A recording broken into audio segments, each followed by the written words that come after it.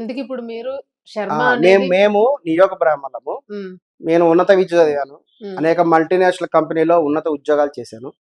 Multinational companies. Multinational company I have మరి done my MBA మరి ఎందుకు మై సార్ ఫ్రమ్ ఆంధ్ర అవన్నీ యూనివర్సిటీ. వదిలేసి మీరు అనవసరంగా కృష్ణకాంత్ పార్ I దగ్గర have రివ్యూస్ done my ఇవ్వడము MBA లేకపోతే from ఇక్కడ Andhra University. I am a um, management graduate from Andhra University. Um, I have done that from Rajamandri, um, Anaparthi College, GBR College, PG courses. Um, And after that, I have started my career with some multinational companies in um, Hyderabad itself.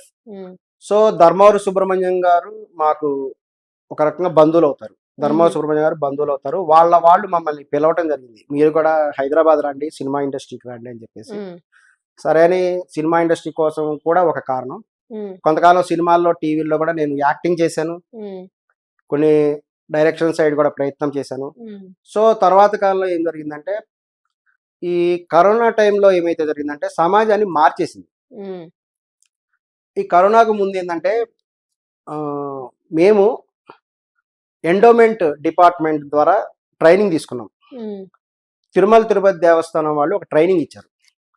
Tirumala Tirupati దేవస్థానం నుంచి వెంకటేశ్వర శర్మ గారు అని ఆయన, తిరుమల తిరుపతి దేవస్థానం plus endowment department, దేవాదాయ ధర్మాదాయ శాఖ కలిసి సంయుక్తంగా కూడా ఒక సకల దేవతారాధన ట్రైనింగ్ చేశారు. నేను ట్రైనింగ్ తీసుకున్నాను. నా దగ్గర ఎండోమెంట్ సర్టిఫికేట్ ఉంది.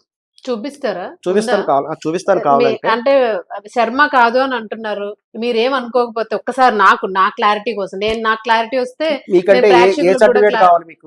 మీరు ఒకటండి, చాలా మంది కూడా బ్రాహ్మణ్ణి అనే ఒక సర్టిఫికేట్ చాలా మంది కూడా విమర్శించే వాళ్ళు ఏంటంటే, అది కూడా చెప్తా, దానికి కూడా మీకు ఒక కారణం ఏమంటున్నారండి, మీకు శుక్లాంబరధరం కూడా రాదంటున్నారండి, సర్వేజన సుఖనోభవంతో సంస్థ అది కూడా రాదంటున్నారు. అది అతని చిన్నపిల్లడిని ఏం చెయ్యకపోతే డబ్బులు ఎవరు ఇచ్చి పంపిస్తారండి?